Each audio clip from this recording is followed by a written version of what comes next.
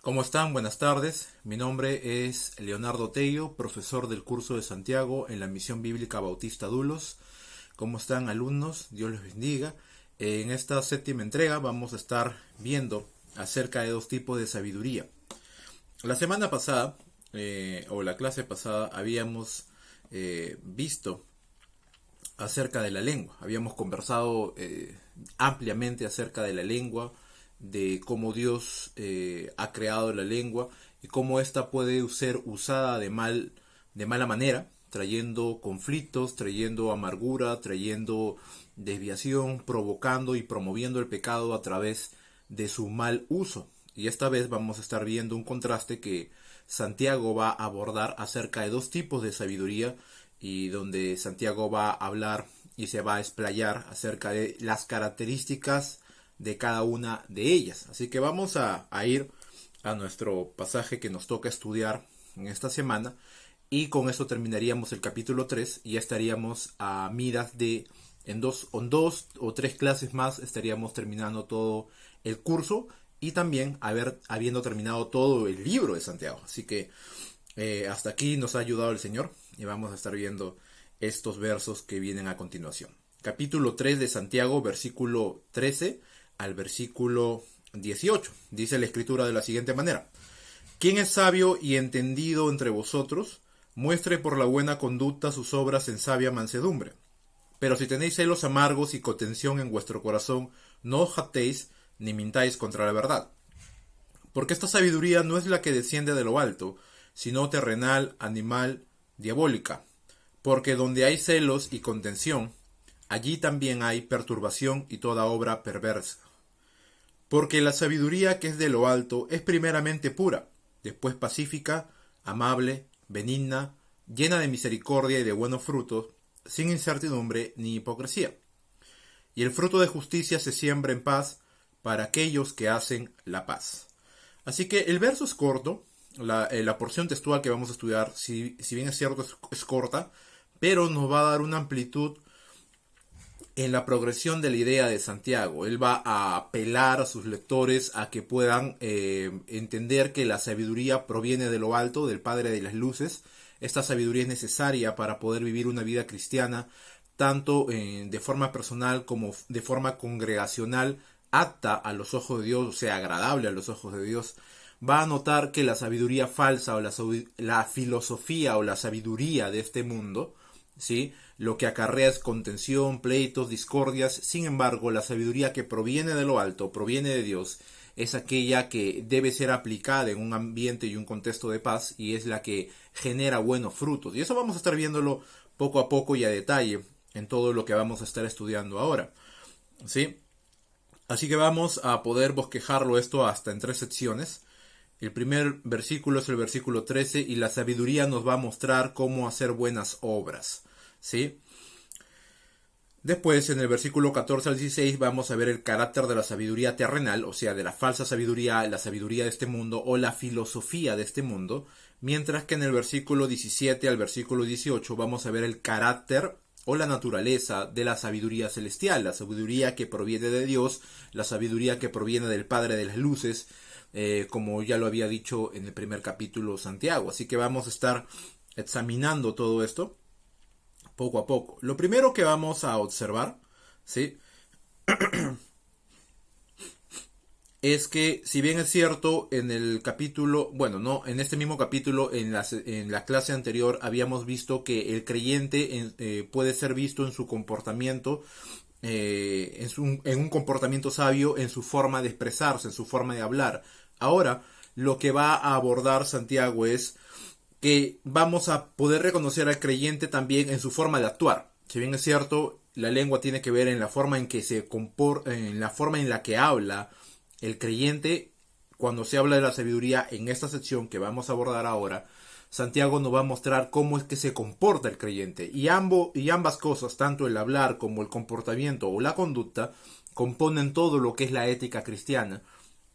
Y esto es lo que va a estar apelando y pudiendo darnos a entender Santiago. Así que vamos a estar viendo esto. La primera pregunta que realiza Santiago, en que si vamos a ver Santiago es mucho de poner ilustraciones, de poner preguntas retóricas, es muy dinámico en su pedagogía y una de estas cosas o una de las tantas preguntas que hace es esta, dice, ¿quién es sabio y entendido entre vosotros? Dice, y esto tiene que ver mucho o trae, armoniza mucho o concuerda mucho con lo que había dicho ya en el versículo 1 y en el versículo 2 de este mismo capítulo, ¿no? Él estaba apelando a que no debieran haber muchos maestros o haber una proliferación de maestros por razones inequívocas, ¿no? Razones equivocadas. No debía haber una proliferación de maestros porque el haber una proliferación de maestros no calificados, ¿sí? No cualificados para poder ejercer ese don o ese ministerio y a la par no tener un carácter probo, lo que hacía más bien era descalificarse, y esa era la intención de Santiago en el primer y en el segundo versículo de este capítulo 3, es que no proliferaran maestros que no tuvieran un carácter acorde con las cosas que dicen, ¿no? Para redondear la idea. Así que había muchos maestros que no cuidaban ni sus bocas ni sus acciones, y esto tiene que ver con la pregunta que Santiago hace. ¿Quién es entonces entre ustedes, disque maestros, aquel que es sabio y entendido entre ustedes, ¿no? Eso, ahí es donde introduce esta pregunta en ese contexto para poder entender ello, ¿no?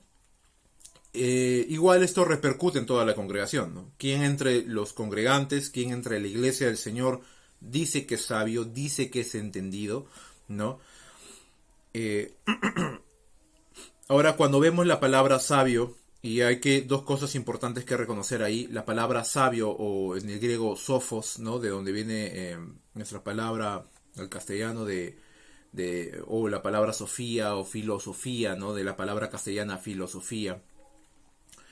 Tiene que ver, la palabra sabio tiene que ver o hace referencia a una persona inteligente o con una educación o una inteligencia más allá de lo normal, ¿no? Eso tiene que ver con el tema de la sabiduría, ¿no? Y normalmente se usaba en un contexto cuando se le aplicaba a un maestro esta palabra sabio o sabiduría. Ahora, cuando se refiere al término ya para el Nuevo Testamento, se hace referencia a una persona que tiene discernimiento espiritual y discreción con la habilidad de ver lo que es correcto y actuar según lo que es correcto. O sea, la sabiduría para Santiago, ahora en el contexto del Nuevo Testamento, ella que era aquella persona que tenía un discernimiento espiritual y también tenía discreción, era prudente en sus palabras. Así que era capaz o tenía la habilidad o estaba capacitado para ver lo que es correcto y actuar según lo que es correcto. Para él, todas estas cosas eran sabiduría. Hemos dicho anteriormente que la sabiduría era la aplicación del conocimiento de Dios. Entonces, para Santiago, alguien sabio es aquel entendido de la palabra de Dios que lo aplicaba de forma correcta, en la situación correcta, a la manera correcta, ¿sí? ¿Qué más? Vamos a ver. Ahora, cuando se habla de la palabra entendido en el griego epistemón, la palabra entendido tiene que ver con una persona experta, ¿sí? Con una persona que tenía la capacidad de cumplir una tarea como todo un profesional, ¿no? Un inexperto es aquel que se mete a hacer cosas que no sabe, ¿no? Sin embargo, un experto, un profesional es alguien que está bien capacitado, bien documentado, es muy habilidoso, es eficaz en lo que él va a hacer. Entonces, juntando estos dos conceptos, tenemos que entender básicamente que lo que estaba diciendo Santiago era aquella persona que aplicaba las situaciones de forma correcta a la palabra de Dios, y aparte que ejercía su conocimiento de forma profesional o de forma experta, era las cualidades que debía mostrar un maestro, ¿no? Y él dice, ¿no? ¿Quién es aquel que realmente hace lo correcto? ¿Quién es el que realmente es profesional o es un perito o es un experto entre ustedes acerca del don de la enseñanza, acerca de ser un buen maestro? Si ustedes se adjudican eso a ustedes mismos, si ustedes se autoperciben como expertos, como personas probadas, como personas completamente sabias. Y mira cómo él resuelve esta pregunta.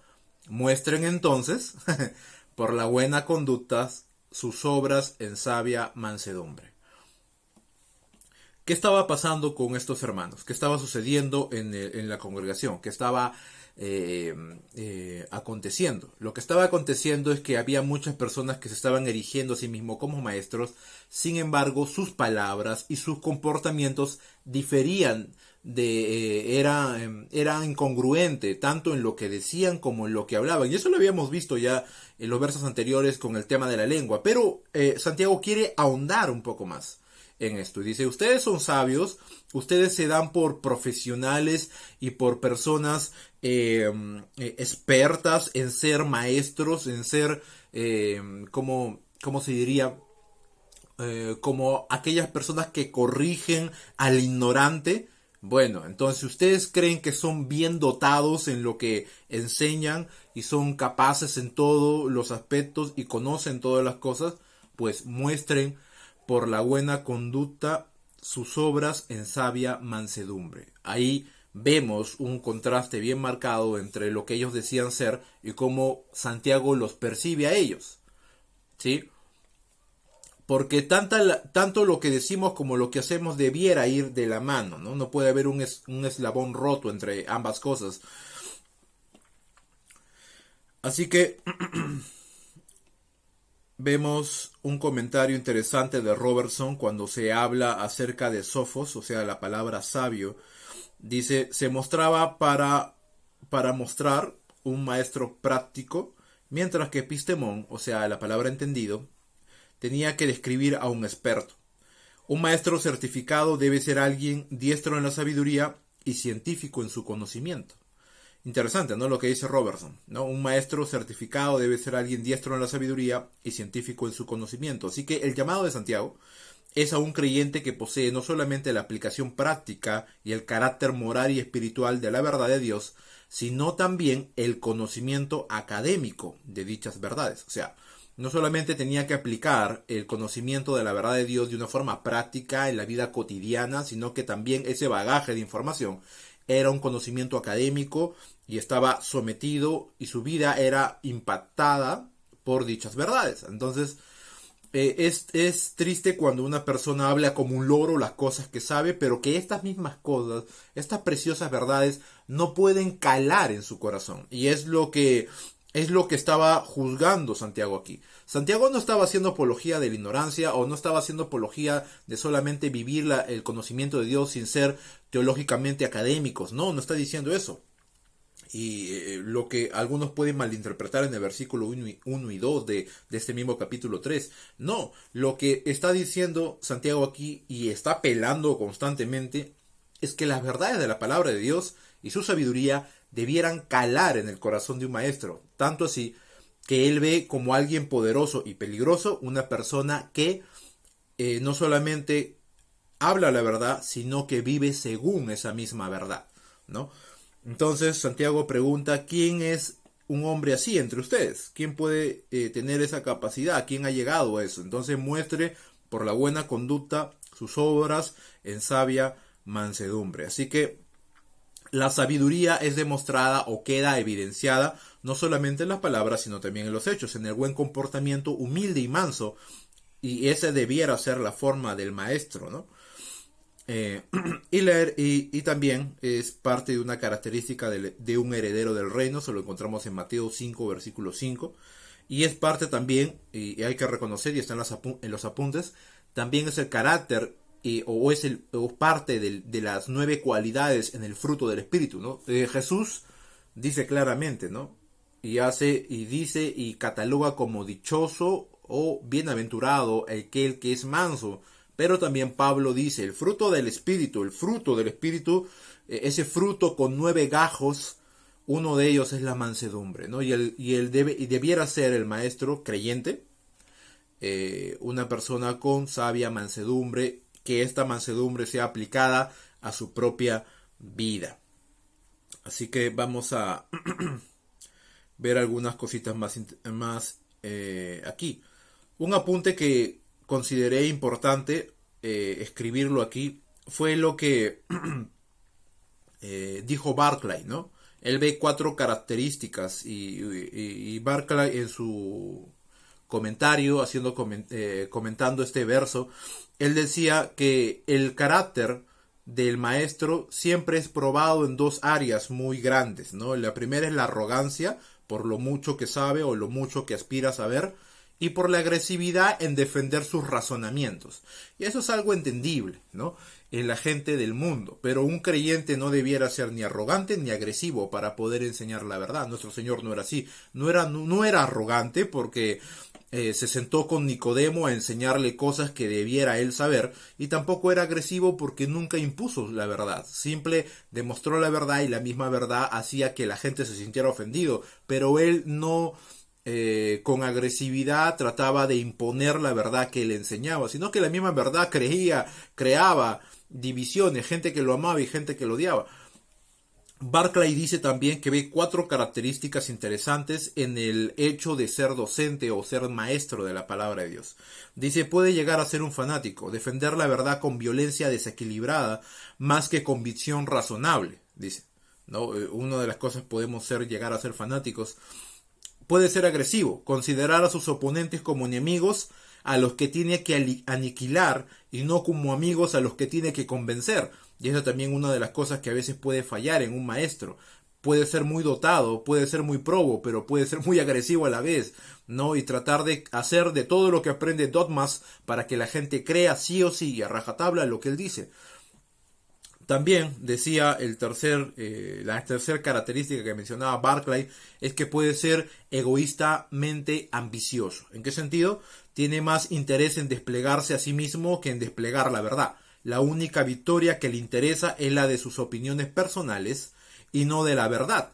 Y eso es muy cierto. A veces podemos llegar a saber muchas cosas y queremos defender estas cosas y queremos imponer estas cosas de tal forma que o queremos decir muchas cosas para que la gente que nos oiga diga, wow, cuánto sabe esta persona, cuánto conoce, qué conocedor, qué intelectual, qué culto, qué leído, ¿no?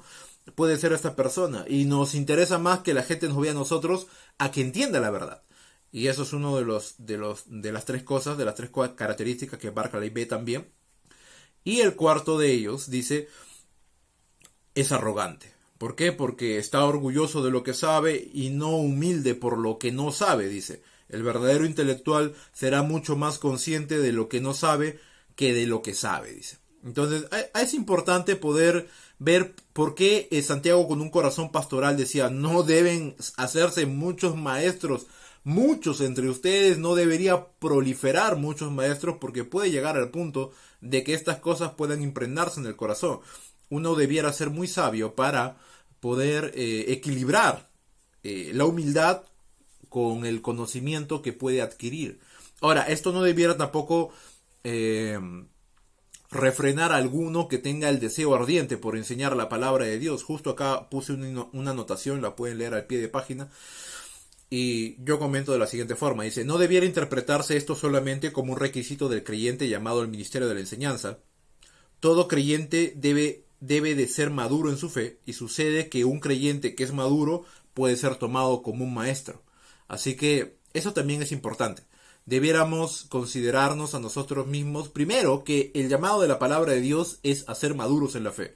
Y cualquiera que es maduro en la fe puede llegar a ser un buen maestro, ¿sí? Así que no debiéramos de, ¿cómo decirlo?, refrenarnos si el deseo ardiente en nuestro corazón late por enseñar la verdad de Dios, pero también tener mucho cuidado. Como dice Santiago capítulo 3 versículo 1 al 12, seremos juzgados por las cosas que decimos. Así que tuviéramos que tener mucho cuidado con eso. Por esta razón el creyente debe de guardar tanto sus labios como su comportamiento. La sabiduría se deja ver tanto en lo que decimos como en la forma en que vivimos, ¿no? Para redondear toda la idea de esta primera sección. Esto nos lleva al segundo encabezado, la segunda sección, que nos habla de la sabiduría terrenal. Entonces, sobre la base de lo que Santiago ya ha dicho, ha hablado de la lengua, ha hablado de lo contraproducente que puede ser una lengua suelta sin sabiduría, ¿no? Cómo puede inflamar, dice, la rueda de la creación, y asimismo, a su vez, es inflamada o instigada o promovida por Satanás, también es una falsa esperanza, es un autoengaño el hecho de decir yo soy un excelente maestro, sin embargo mi vida y mi corazón y mi forma de vivir y en lo íntimo de mi vida, mi relación con Dios muestra malas obras, muestra un comportamiento que no es manso, sino que es arrogante, jactancioso, no soy humilde, sino soberbio, no soy manso, no soy enseñable, sino más bien soy petulante, soy nariz alzada y no me pueden enseñar nada, más bien yo enseño a los ignorantes, y eso no es algo que debiera haber en el corazón de un maestro, sino una persona sabia, muy humilde y experta también. Estamos llamados a ser expertos en lo que enseñamos, y eso implica mejorar constantemente, aprender todo el tiempo, crecer en el conocimiento y en la gracia de nuestro Señor Jesucristo. Ahora, ¿por qué Santiago va a dividir su pensamiento, o perdón, su mensaje en dos campos, el de la sabiduría terrenal y el de la celestial? Porque él tiene la intención de hacer entender al maestro y obviamente a todos los creyentes que podemos ser muy sabios según el mundo y no ser sabios según Dios. Entonces él tiene que mostrar necesariamente cuáles son las características que muy marcadas en la sabiduría terrenal y en la sabiduría celestial, para que el creyente, el oyente, y tanto el maestro como aquel que es enseñado también, pueda distinguir en cuál de las dos sabidurías su corazón se apega más, en cuál de estas dos sabidurías él está viviendo, él está conservando su corazón, está promoviéndolas, está creciendo en ella. Y es algo que es el cuidado que Santiago tiene como pastor, para que puedan ver los hermanos y decir, wow, yo estoy siendo sabio pero según el mundo, y estoy recibiendo aplausos de hombre y no el agrado de Dios. Por otro lado, otro dirá, ¿no? Yo estoy agradando a Dios porque mi carácter se asemeja a lo que yo estoy, a como Santiago define la sabiduría que es de lo alto, ¿no? Entonces vamos a estar viendo poco a poco. ¿Por qué pone Santiago primero la sabiduría terrenal? Pues porque es justamente lo que viene el corazón de los hermanos y de los pseudomaestros, o bueno, no digamos pseudomaestros porque suena feo, pero sí de aquellos maestros que estaban siendo perturbados, creyendo y autopercibiéndose a ellos como excelentes maestros de la palabra de Dios. Así que vamos a estar viendo esto, ¿no? Versículo 14 al versículo 16 dice lo siguiente: pero si tenéis celos amargos y contención en vuestro corazón, no jactáis, ni mintáis contra la verdad. Ahora, lo primero que va a decir aquí Santiago es que hay una condicional en la estructura gramatical del griego, y es esto, ¿no? Si tenéis, ¿no? Ahora, lo que está diciendo Santiago aquí es, miren, ustedes dicen una cosa, pero sin embargo yo visualizo otra. Y lo que visualizo es que ustedes tienen. Hay una condición en sus corazones que yo estoy percibiendo, porque sus frutos me dicen a mí lo que realmente ustedes son. Y hemos visto ya clases atrás la fe y las obras, ¿no? Y las obras evidencian la fe, ¿no? Si es intelectual, si es la fe salvífica, los creyentes, sin embargo, evidencian en sus obras la fe que tienen, la fe conforme a Cristo Jesús, conforme a los hombres o mujeres de Dios. Y aquí Santiago usa el mismo principio, ¿no? Él está viendo frutos de ellos, y él dice, bueno, lo que yo estoy observando, lo que yo diviso, lo que yo puedo ver, lo que yo puedo visualizar, no es un corazón manso, tampoco humilde, más bien yo veo malas obras, ¿no? Y él dice, ustedes tienen celos amargos y contención en vuestro corazón. ¿Por qué se autoengañan? ¿Por qué se enorgullecen de algo que no tienen? No mientan contra la verdad, dice, ¿no? Y vamos a estar viendo eso. Dice, cuando se habla, cuando se habla de la palabra celos, ¿no? La palabra celos y la palabra contención tienen significados muy importantes que debemos de ver, pero uno de ellos, el primero, celos, que se lee en el griego también la palabra celos, de donde viene la palabra celotes, ¿no? Uno de los discípulos de Jesús era un celote, era alguien que estaba lleno del celo por una causa en especial, una causa política. En este caso se usa el mismo término, el mismo vocablo, la palabra celos. Pero, y esto la palabra celos en el griego puede ser utilizado tanto en un buen término como en un mal término, ¿no? Sus acepciones pueden ser utilizadas y en esos dos términos, pero debemos de dilucidar en qué sentido lo dice el escritor, básicamente por el contexto. Y en el contexto, el adjetivo amargos unido a la palabra celos, o el vocablo celos en griego, tiene que ver que no eran celos buenos, ¿no? No eran celos por el bien, ¿no? Como Santiago dice anteriormente, no hay que ser celosos por el bien, como otros autores, otros escritores de la Biblia, como dice Pablo, celosos por buenas obras, ¿no? Aquí está diciendo Santiago que son celosos, pero son celosos del mal, ¿no? Hay celos amargos, ¿no? Que hay en el corazón. Kistemaker, en su comentario, define la palabra celos como amarga envidia, ¿sí? Amarga envidia. Esos celos no eran otra cosa que una envidia amarga, una raíz de amargura que había en el corazón de estos hombres, ¿no? No había nada bueno, más bien habían celos una envidia muy arraigada en el corazón de ellos. Cuando se refiere a la palabra contención, se refiere a la ambición egoísta, ¿no?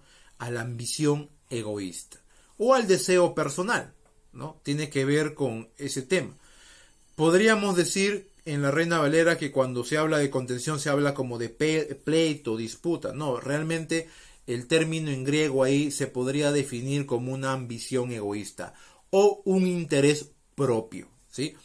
Un interés propio. Así también lo traduce la King James, ¿no? Un interés propio, ¿sí? Pueden revisarlo si quieren, pero básicamente tiene que ver con eso. Así que lo que tenían los hermanos era una envidia amarga en sus corazones y un deseo propio, una ambición propia, un deseo personal, ¿no? Es lo que ellos estaban prosiguiendo desde el pedestal de autoridad como maestros que tenían en la iglesia del Señor. Así que habían llegado, como dice, como comentamos acerca de lo que dijo Barclay hace un momento, no habían llegado a un punto de no distinguir bien, no eran arrogantes, eran fanáticos, estaban agresivos, había ese deseo personal que nos había advertido Barclay en lo que habíamos leído hace un momento. Así que vemos que eso es lo que había en el corazón. Porque la estructura griega dice, o nos da la idea de que estas cosas, estos componentes, albergan dentro del corazón o proceden del corazón, ¿no? Como Santiago nos está diciendo. Así que hay en el corazón celos amargos y contención, dice, y estamos viendo eso, y es algo que Santiago está desnudando, más bien está confrontando. Debemos de entender que la atmósfera en este pasaje es un tema de confrontación. Desde el plano de maestro a maestro, ¿no? Santiago como maestro a los maestros de la iglesia les dice, ustedes no están haciendo bien, ustedes tienen egoísmo, ustedes tienen envidia y un deseo de brillar por ustedes mismos, no hacer brillar la verdad, sino lo que quieren brillar son ustedes, tienen un interés personal, un interés propio, quieren voltear las miradas a ustedes, no a Dios, no a Cristo. Entonces, acá hay un texto que quisiera leerles. Entonces, estaban engendrando amarga envidia en el corazón estos hermanos y buscando la promoción personal. Todas estas actitudes no eran parte del carácter del sabio, que debía demostrar su sabiduría y su inteligencia por sus buenas costumbres, o su buena conducta, mejor dicho, ¿no? Entonces, esto era estaba diametralmente opuesto, ¿no? O sea, había esa envidia y esa ambición personal que no armonizaba para nada con el término sabio o con el término manso, ¿no? No había nada que ver entre una y la otra cosa. Entonces ahí es donde Santiago les dice, no jactéis ni mintáis contra la verdad. ¿Por qué? Porque ellos estaban sintiendo orgullosos de que eran los maestros y estaban mintiendo contra la verdad, porque la verdad era el hecho de que en sus corazones albergaban malicia más que bondad. Entonces él dice en este pasaje, dice, no jactéis, no se enorgullezcan, No alardeen de cosas que no están haciendo, ni están viviendo, ni son, ¿no? No mientan contra la verdad. La verdad de Dios mostraba otra cosa completamente diferente. Así que todo aquel que se jacta de ser un buen maestro, conservando en su corazón tal amargura y tal deseo egoísta, hace la verdad de sus labios incongruente con la mentira de su corazón. Robertson, en su comentario al griego del Nuevo Testamento, dice lo siguiente: la sabiduría es esencial para el maestro. La arrogante jactancia refuta la pretensión de posesión de sabiduría. Explico esto. Lo que está diciendo Robertson aquí es que el jactarse, el ser soberbio, más bien por el contrario, si yo me jacto de ser sabio, por el contrario, en vez de estar diciendo soy sabio, lo que estoy demostrando con mis palabras es que no tengo sabiduría, porque el que es sabio no anda diciendo por todos lados soy sabio, hey, mírenme a mí. Bueno, continúo con lo que Robertson dice. Es inútil mentir contra la verdad. No desmientas con tu conducta la verdad que enseñas, dice. O sea, y ve cómo Robertson, como Santiago, como los escritores bíblicos, como comentaristas que comentamos lo que Dios reveló a los hombres de Dios en la antigüedad, desembocan a un mismo lugar, ¿no? Y es que la conducta tiene que ir aunado, tiene que armonizar con las palabras. No puedo decir una cosa y vivir de otra forma. Debiéramos siempre ser congruentes, integrales en todo lo que somos. Entonces, por el contrario, cuando después de esta exhortación, Santiago le va a mostrar por qué, y ahí muestra, ahí da la razón, ¿no? ¿Por qué? Dice, ¿por qué ustedes están mintiendo con la verdad? Porque la sabiduría que ustedes presentan, dice, es la que no desciende de lo alto. ¿Por qué? Porque es terrenal, animal y diabólica. Y ahí sigue otra vez ahondando más en su razonamiento, porque donde hay celos y contención, allí hay perturbación y toda obra perversa. Y vamos a estudiar estos dos pasajes para pasar a la tercera y última sección. Pero lo primero que va a catalogar es acerca de esta disque sabiduría o falsa sabiduría, es que la sabiduría no procede de lo alto. No procede de lo alto. Y va a ser bien marcado Santiago cuando hable de la sabiduría que sí es de lo alto, de esta sabiduría que no es de lo alto, ¿no? Entonces va a marcar mucho la distancia entre ambas, ¿no? ¿Qué vemos acá? ¿Qué más estamos examinando? Así que esta sabiduría está impregnada por la corriente y la filosofía de este mundo, la cual la Escritura nos manda claramente a no amoldarnos en ella, ¿no? Romanos capítulo 12, versículo 2 específicamente, nos habla no amoldarnos a la corriente de este mundo, este siglo malo, sino ser renovados por el espíritu en el espíritu de vuestro entendimiento, ¿no? Entonces, esta sabiduría es una falsa sabiduría, ¿no? Contiene estos componentes que va a mostrar Santiago acá, y lo primero es que estas características es que es terrenal. ¿A qué se refiere con ello? Viene del griego epigeios y significa que está limitada a la tierra, solo apta para las actividades de la tierra. O sea, no me refiero a la labor de la agricultura, sino me refiero a que este tipo de sabiduría lo único que nos va a aconsejar es cómo hacer las cosas en el sistema de este mundo, porque proviene de este mundo. No es útil, es completamente inútil para las cosas eternas, santas, divinas, celestiales. No sirve, porque la idea de que sea terrenal es que busca la oportunidad y está amoldada, adaptada, y sus componentes tienen que ver con las cosas que este mundo ofrece, ¿sí? Con las cosas que este mundo ofrece. Así que no nos sirve para nada con todo lo que tiene que ver con las cosas celestiales. Ahora, ¿por qué se dice que es terrenal? Y seguimos andando en esto. Porque vemos que ellos estaban sacando partido del hecho de ser maestros, y había ambición y deseos egoístas, y eso es puramente humano, puramente terrenal, ¿no? Es el deseo del humano brillar por encima de lo que Dios dice. Entonces ahí vemos esa característica muy clara de a qué se refiere cuando es terrenal. ¿Qué más? ¿Qué más podemos observar aquí? Es animal, ¿no? El griego es psyche y tiene que ver con que es perteneciente a la esfera de los sentidos, poco espiritual, procedente de la mente mundana, es sensual, ¿no?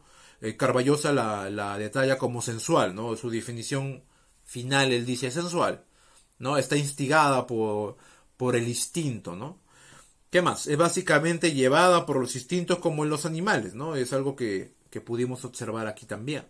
Entonces, ¿a qué se refiere con ser animal? No se refiere al acto de que sirva para los animales o aquel que sabe cuidar a los animales tiene esa sabiduría. No se refiere nada que, no tiene nada que ver con ello.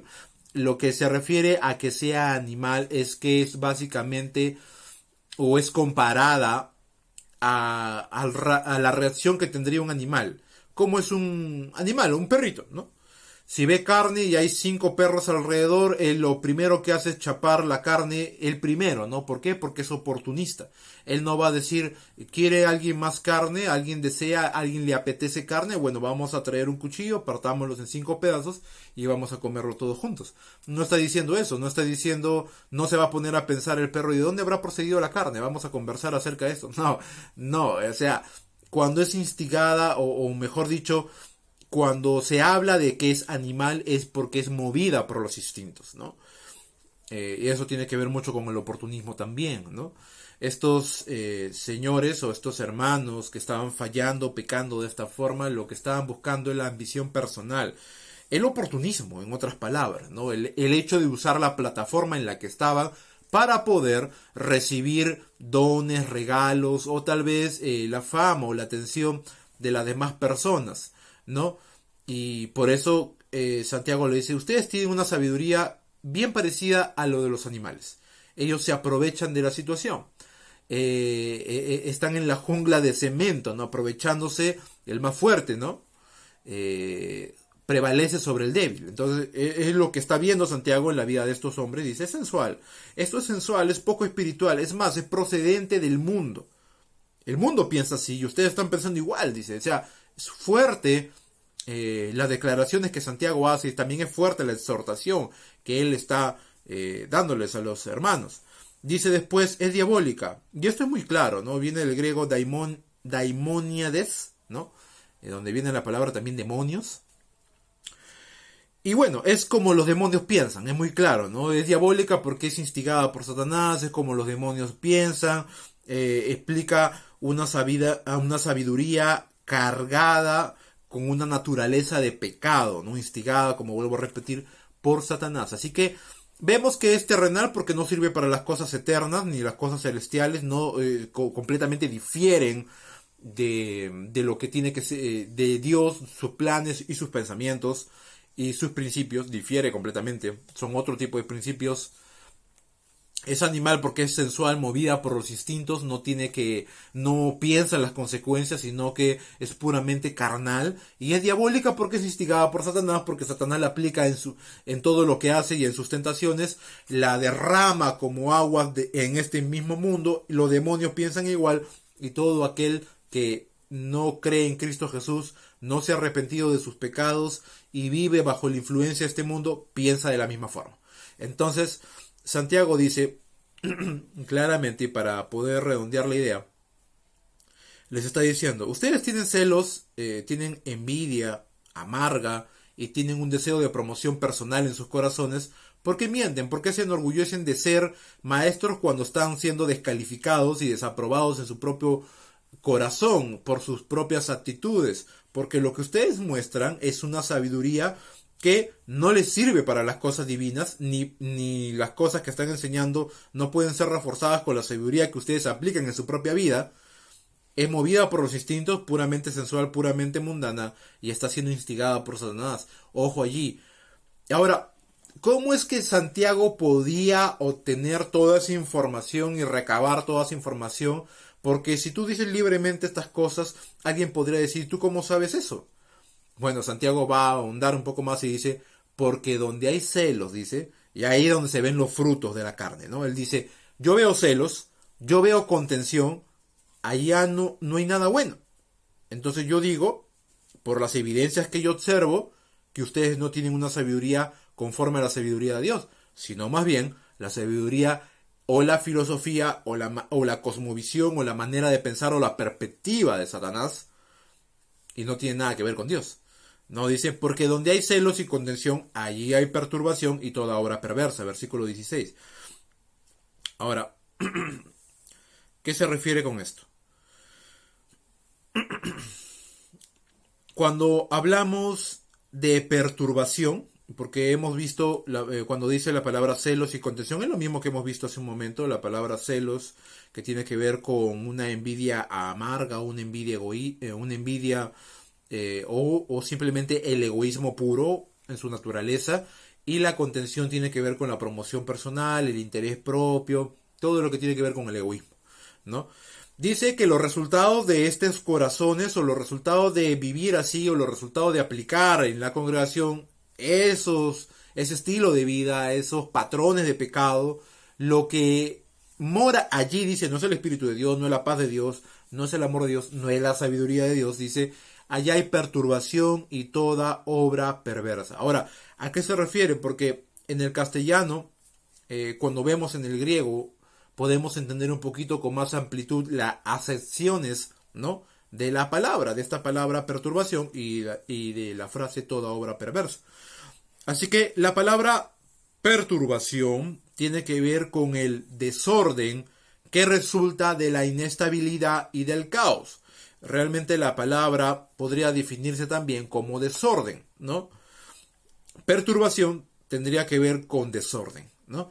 Estamos turbados, estamos perturbados, hay un desorden, una inestabilidad que está sucediendo allí, hay un caos que está dándose por causa del desorden que hay. Cuando hablamos de desorden no hablamos de cosas puestas en un lugar equivocado, sino hablamos del desorden del corazón, ¿no? No estamos aplicando correctamente los principios bíblicos, sino que estamos aplicando, siendo creyentes, principios de este mundo, y ahí es donde se origina el desorden, ¿no? Ahí es donde se origina el desorden. Entonces, cuando hay desorden en el corazón, ¿qué estamos emanando dentro de la congregación? ¿Cómo estamos ministrando también en desorden? Estamos promulgando la anarquía, estamos teniendo como resultados el caos, ¿no? Porque estamos aplicando el desorden, aplicando principios de este mundo a un trabajo que es estrictamente celestial, ¿no? En el caso estricto de lo que son maestros. Y en el caso de los creyentes de la misma forma, ¿no? Si yo soy un creyente que aplico, vamos a hacer algo aplicativo en este momento. Si yo tengo a mi esposa, somos creyentes, pero no aplico principios bíblicos para mi vida, siendo creyentes, siendo llamados a la santidad, entendiendo, o tal vez no se entienda, pero la realidad es que nuestro matrimonio refleja la armonía que hay en la Trinidad, también refleja la armonía y la sujeción y el amor y el sacrificio que debe haber entre Cristo y su iglesia. Cuando no entiendo estas cosas y aplico principios mundanos a mi matrimonio en Cristo, lo que yo voy a traer a mi hogar es desorden, es caos. Y el caos y el desorden trae inestabilidad. La inestabilidad es la perturbación que va a haber. ¿Por qué? Porque Satanás va a hacer su obra en medio de mi matrimonio y va a haber perturbación. Yo perturbado, mi cónyuge perturbada, lo que va a haber es inestabilidad y caos. Por ende, pecado. Por ende, puede ocasionarse o desembocar a una ruptura matrimonial. ¿Entiende la idea que quiere dar Santiago cuando habla del desorden que resulta de la inestabilidad y el caos? Es la perturbación, es que cuando aplicamos al ministerio también principios mundanos en trabajos celestiales, lo que hacemos es perturbar la iglesia del Señor. Y también dice Santiago, cataloga que el fruto de esta sabiduría es conocida también por toda obra perversa, porque su finalidad no es nada santo, sino las obras perversas de las tinieblas. Ahora, cuando se habla de obras perversas, también tiene que ver con la infructuosidad o con todo aquello que es inservible. ¿Por qué? Porque no da frutos. para las cosas eternas. O sea, va a haber frutos de ¿qué? De egoísmo, de rompimiento, de división en la iglesia del Señor, de sectarismo, ¿no? Cuando un maestro enseña una cosa, el otro maestro enseña otra cosa, no enseñan, uno enseña la verdad de Dios y el otro enseña lo que le parece. ¿Qué pasa? Sectarismos. Un grupo que sigue al maestro bíblico va a aprender de la palabra de Dios, va a crecer, va a robustecerse en su fe, pero aquel que sigue a aquel mal maestro que enseña lo que enseñanzas antojadizas de su propia mente y su propio corazón, lo que hace es tener un concepto del evangelio light, tener un concepto de la vida cristiana light, un concepto cool de Dios y del cristianismo. ¿Y qué pasa? Van a diferir, ¿no? El cristiano bíblico del cristiano cool, ¿no? Del cristiano light. ¿Y qué va a pasar? Perturbación, toda obra perversa, todo caos, todo desorden, ¿no? Entonces, y estamos tratando de poner ilustraciones para entender más o menos las definiciones que Santiago nos da. Así que viene toda obra que es inservible. Estas cosas que se dan sirven para las cosas eternas. El mundo puede ver esta situación y dice, ¿a quién le hago caso? ¿Va a haber alguna obra buena? No, todas obras sí, pero inservibles, infructuosas, que no ayudan ni suman para la causa de Cristo, en lo absoluto. ¿Qué más podemos examinar aquí? Y esto nos lleva al tercer encabezado, el versículo 17 y 18, que es el carácter de la sabiduría celestial. Ahora, Santiago va, después de que ha terminado de exponer cómo es toda la sabiduría mundana, él va a decir, bueno, ya entienden lo que está pasando, ya han descubierto lo que hay en sus corazones. Ahora les voy a mostrar que la sabiduría de parte de Dios no es la misma que ustedes están aplicando en su vida. ¿Por qué? Porque la sabiduría de parte de Dios, o de lo alto, ¿no? O de nuestro Dios que está arriba en los cielos, no tiene nada que ver con esto. Dice, pero la sabiduría que es de lo alto es primeramente pura, después pacífica, amable, benigna, llena de misericordia y de buenos frutos, sin incertidumbre ni hipocresía, dice. Ahora, ¿a qué se refiere con esto? Dice, pero, dice, y ahí lo que quiere dar a entender es el contraste que hay entre la sabiduría antes descrita y la de ahora. Y dice, esta sabiduría sí es de lo alto, esta sabiduría sí es de Dios, esta sabiduría sí es genuina.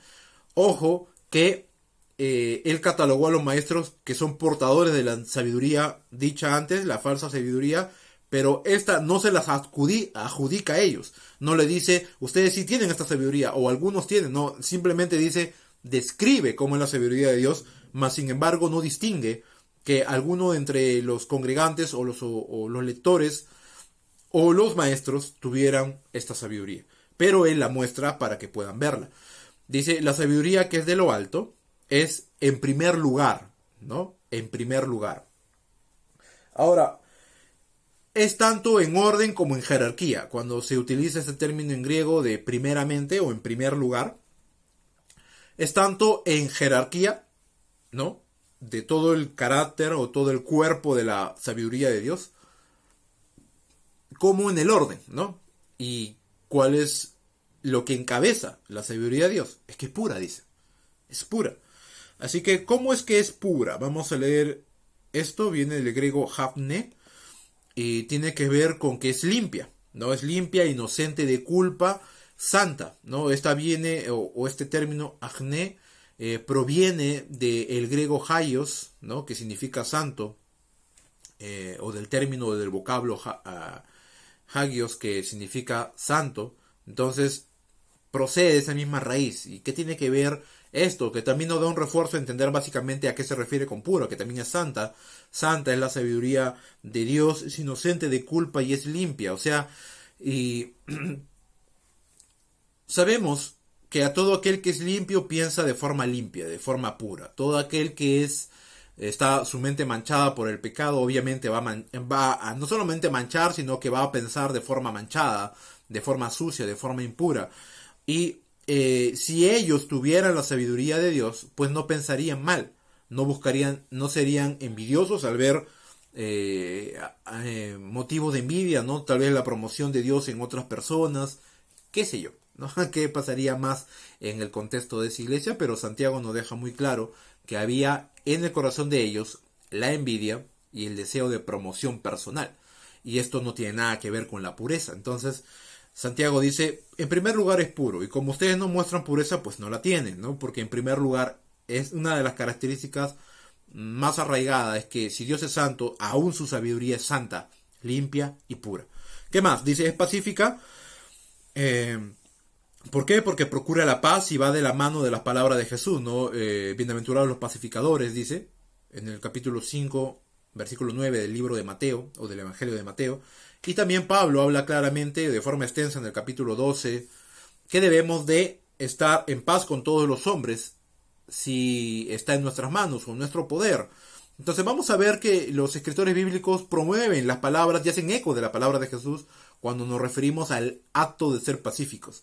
Y, sin embargo, como había contención y perturbación en los maestros y en la congregación, entonces obviamente Santiago descarta. Entonces ustedes realmente no tienen la sabiduría de Dios, porque la sabiduría de Dios promueve la paz. Promueve la paz. Y desemboca en la paz. Su fruto es la paz. ¿Qué más? Es amable. Ahora, aquí hay un término un poquito difícil. El griego es epieikes. Y la palabra amable tiene varias acepciones. Disculpe. El griego epieikes tiene varias acepciones. Una de ellas es amable. Pero también puede ser traducida como gentil, mesurado, afable, condescendiente. Bueno, todas esas acepciones en realidad sí son correctas con la naturaleza de la sabiduría de Dios, porque la sabiduría de Dios es gentil, también es afable, el que porta la sabiduría de Dios es condescendiente con su prójimo, es mesurado en sus palabras, así que estos conceptos son verdad cuando hablamos de la sabiduría de Dios, pero ellos tampoco portaban eso porque había contención y celos amargos, entonces, obviamente, y lo hemos visto en el contexto, la lengua, ¿no? Dice inflamada, instigada por Satanás, inflama la rueda de la creación, cómo podemos bendecir a Dios y con nuestra misma lengua maldecir al prójimo. Entonces, si vemos la estructura de lo que Santiago está diciendo, era muy claro que la sabiduría de Dios no moraba en sus corazones porque tampoco eran amables, ni condescendientes, ni afables, ni mesurados con sus palabras, ¿no? ¿Qué más es la sabiduría de Dios? Es benigna.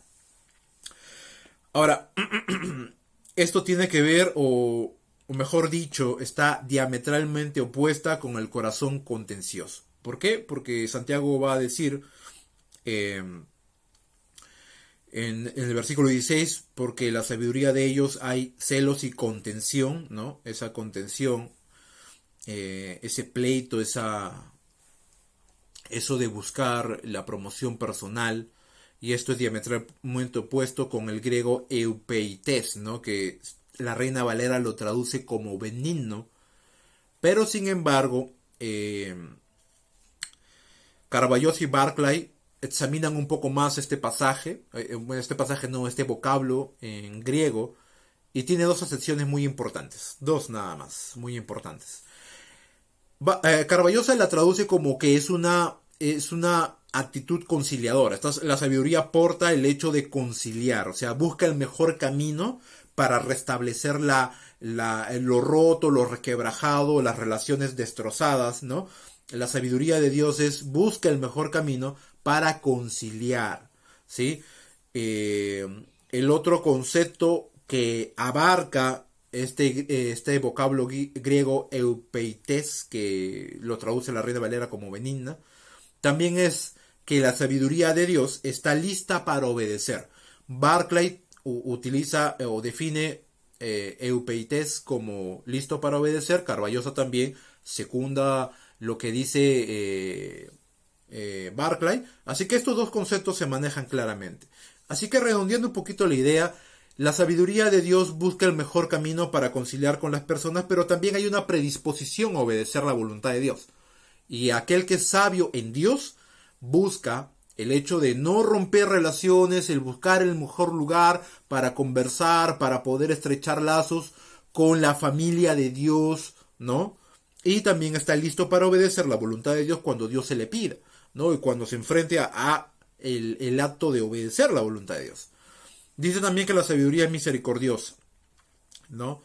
Y bueno, el concepto es un tanto fácil, por decirlo así, porque tiene que ver con la compasión por aquel que padece alguna necesidad, ¿no?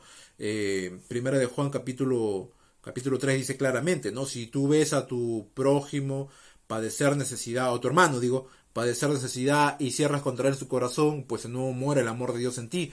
Y una de las cualidades de la sabiduría de Dios y el carácter de cristiano es que tiene compasión por aquel que padece necesidad. No es una misericordia pasiva, ¿no? Que dice, qué pena me da este hombre, ¿no? ¿Quién lo podría ayudar? No, sino que más antes de hablar eso, busca en sus bolsillos con qué puede ayudarle la ayuda. Entonces, básicamente, este término en griego es aquel que activamente busca ayudar, y eso es aquel que tiene la sabiduría de Dios, ¿no? Es una persona misericordiosa, pero activa en su misericordia. Aquí termina Santiago con dos conceptos más, y el primero es sin incertidumbre, sin hipocresía, ¿no? Y uno de los conceptos, el primero es sin incertidumbre, en el griego adiakritos, y tiene que ver básicamente, o bueno, los eruditos tratan de pensar en qué se refiere eso, y tiene que ver con que tiene una línea consecuente en su conducta, no es voluble, no va con rodeos, es confiable porque no va a la deriva. O sea, ¿a qué se refiere exactamente Santiago con el vocablo adiakritos? Se refiere básicamente con el acto de no tener la incertidumbre, se refiere básicamente con el acto de mantener una línea consecuencia en su conducta. O sea, no se va a la deriva, no está dando rodeos, no está dando vueltas, no es voluble, sino que va al grano, ¿no? Va al grano.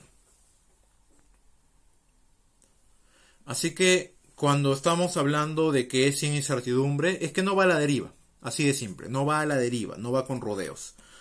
Esta sabiduría va de frente al grano, no, y esto va con relación a lo que va a decir Santiago en la segunda frase, y es que es sin hipocresía, sin hipocresía.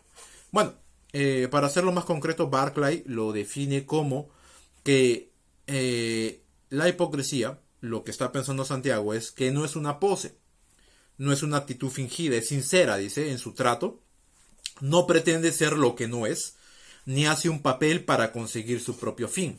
Y esto es bien interesante en lo que dice Santiago, disculpen, lo que dice Barclay en su comentario, porque va de la mano de lo que dice Santiago. Cuando se habla del término contención, o se habla de esa amarga envidia, ¿no? Que los maestros de forma errónea estaban buscando la promoción personal en vez de buscar la promoción de Dios.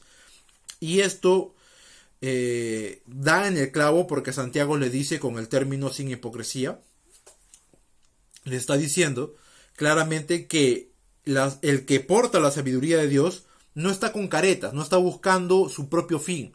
Y si ustedes buscan su propio fin, pues no portan la sabiduría de Dios. Entonces, ahí sigue dando fuertemente en su exhortación Santiago, y aunque son varios aspectos de la sabiduría celestial, es importante haber visto cada uno de ellos. En la ficha también lo van a encontrar a mayor detalle. Y termina con el verso 18, y también terminamos con el capítulo 3, diciendo de la siguiente forma: y el fruto de justicia se siembra en paz para aquellos que hacen la paz. ¿A qué se refiere Santiago con esto? Bueno, cuando hablamos de el fruto de justicia, bueno, Carballosa tiene se explaya un poquito más al decir a qué se refiere con el fruto de justicia. Allí no lo dejé ahí el pie de página para si alguno gusta lo pueda leer, ¿sí? Pero el fruto de justicia por la estructura gramatical podría ser o la justicia que da un fruto o el fruto que es de justicia. En resumidas cuentas vamos a centrarnos solamente en un concepto, y lo que se refiere con el fruto de justicia es que la resultante de aplicar la sabiduría de Dios es que podemos actuar justamente o tener frutos justos. Si bien es cierto, la misericordia, cuando habíamos visto misericordia, habíamos visto que desemboca en buenos frutos, ¿no? Que es misericordiosa y desemboca en buenos frutos. ¿Cuáles son esos buenos frutos? Son actos justos que el que porta la sabiduría los realiza, ¿no? Y dice más Santiago: Este fruto de justicia no puede ser sembrado en un clima espiritual de antagonismo, de contención, como ha dicho Santiago, de pleito o de envidia, sino por el contrario dice, ustedes quieren ver buenos frutos de su enseñanza, de su ministerio, quieren ver buenos frutos en los creyentes, pues esto se siembra en paz y para aquellos que hacen la paz. Así que lo que está diciendo es que no puede ser sembrados ni ejercidos en un clima lleno de envidia, de ambiciones personales, de contención, de maldad, de egoísmo. No puede ser sembrado las obras justas que Dios demanda del creyente en su sabiduría, sino que son sembradas en un ambiente y un clima donde hay paz, donde que el maestro, los dones sobre los líderes y la misma iglesia caminan en un clima de paz, donde anhelan la paz de Dios y promueven la paz de Dios. Por eso dice, se siembra en paz para aquellos que hacen y promueven la paz. Así que, amados hermanos, esto fue todo el capítulo, el final del capítulo 3 del libro de Santiago. Así que les agradezco por su tiempo y su dedicación. Sigamos estudiando, ya falta muy poco para terminar todo el libro y espero que haya sido de mucha edificación para sus vidas. Dios me lo bendiga, hasta otra entrega. Cuídense.